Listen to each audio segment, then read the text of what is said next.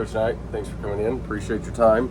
I already sent you this this walkthrough from the other day through Eduphoria, and I'm assuming you've looked at it already. Yes, sir. All right.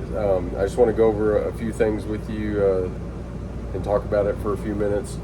I measured you on what is the depth knowledge of the being observed, and I had you at level 1 just because I noticed that it was an introductory lesson. Is there anything that you can elaborate on that lesson?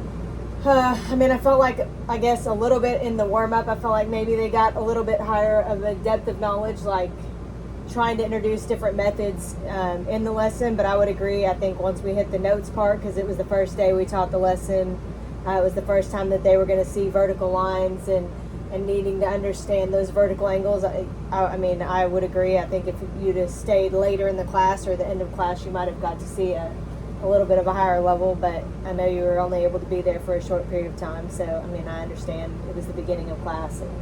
Okay, on that, since you said they had a higher level there at the end, and going through the lesson, was it the first time you had taught that lesson that day?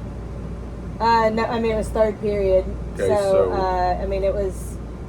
it was the third time I had taught it, but it's still the first time those kids had seen it. And so, obviously it probably went a little bit smoother than what it would have gone earlier in the day because I'd had time to practice it. But so were you able to make adjustments based off the first 2 periods?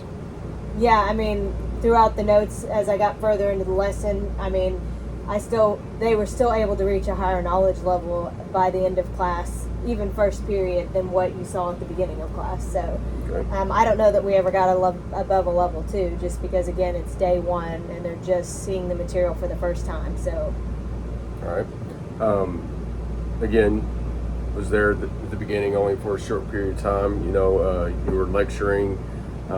Noticed you were walking around the class and helping students. You also had the students sitting in rows and they're working independently. I really liked that you went around and you addressed students that weren't doing their work. You specifically went to one student and addressed why they weren't doing anything and informed them that it was for a grade. So that's good that you were observing them.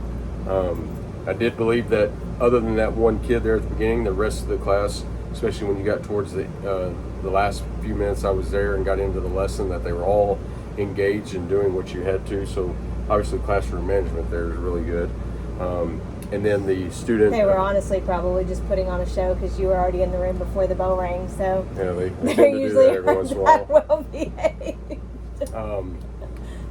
And then the student engagement lesson that was observed was an explaining level, since you were introducing a new topic to them. Obviously there's going to be a little bit more teaching there, and then you got into the activity there towards the end, which I obviously missed since it was just a walkthrough. Is there anything that you would do differently after going through that lesson? No, I felt like for the most part I thought it went well. I thought the kids understood the concept. When I did the check for understanding at the end of the period, I felt like the bulk of the kids got it. I think I don't know that I fully checked every kid's understanding. I don't know that I got to every kid at the end of the class. Overall, I thought it went okay. I noticed on yours, you wrote a note at the bottom that there was a kid playing on their phone while I was taking attendance. I think that's, if we're being honest, that's one of my biggest struggles. I hate taking attendance. I think it's a waste of our time as teachers. It just is how I feel. I get it, but then it's taking my focus away from the class, and they're obviously off task and I'm spending time working on something that's irrelevant to me, and I'm not being able to monitor the kids because I'm having to check and see if everybody's there that day. So yeah, and I get for me that's a little bit of a frustration, just that piece of the job. But obviously I've got to find a way to do a better job of that and do it quicker. But it's obviously early in the year too, and I don't know all the kids' names yet, and so I was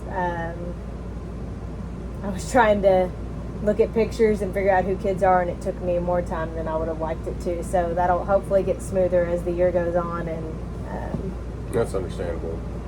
And that happens to all of us. So. And then the short, I guess your short. I don't know what some of these the things are on here. I was trying to read through, I guess, your notes at the bottom. And is this that scripting you were telling me about during our pre-conference? Yeah, so this is just shorthand, so I just make little abbreviations of things because I don't have time to write everything out. But yeah, so here you worked a problem out on the board, and you asked the students if there was another way to address it. I like the fact that you gave them time to respond, and then you showed them 2 more methods to use it, and then again you asked questions after that to see if the students had more of an understanding of the concept that you were trying to cover at that point. Yeah, I'd like to try to do that in the warm-ups just because I feel like some of the kids got it the way you taught it the day before, and here we are a day later and they still don't necessarily get it. So maybe I could find a different way that they can work it. And so sometimes you get some of those aha moments that the kids were lost the day before. Do you share your notes with them?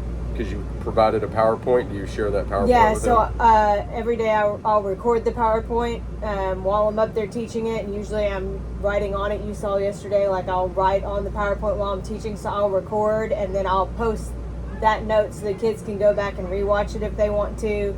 And then the warm-up that we did was based off what we did the day before, so it allowed me to, like, the ones that I didn't feel like they got very well, it allowed me to kind of spiral the material from the day before back in. But yeah, I always provide them the notes. Everything's on my website. I've got the notes on there. I've got the assignments, and then after I take the assignments up, I always post the answer keys so the kids can go back and look at them and see how they did, and they can go back and say, what did I do well, what did I do wrong, and it's worked out for them, like, step by step. So that way, because usually, like, I'll have their homework, but that way they have a copy of it and they can go back and see, this is what I did well, this is what I didn't. And then posting the notes is great because when they're absent, they have it. Yeah, they have a way to go get it, and I don't have to be the one that is constantly, like, they're coming up and I'm losing class time having to manage the absence stuff, and so all that kind of stuff. Well, overall, I think you're doing a great job, and continue doing what you're doing.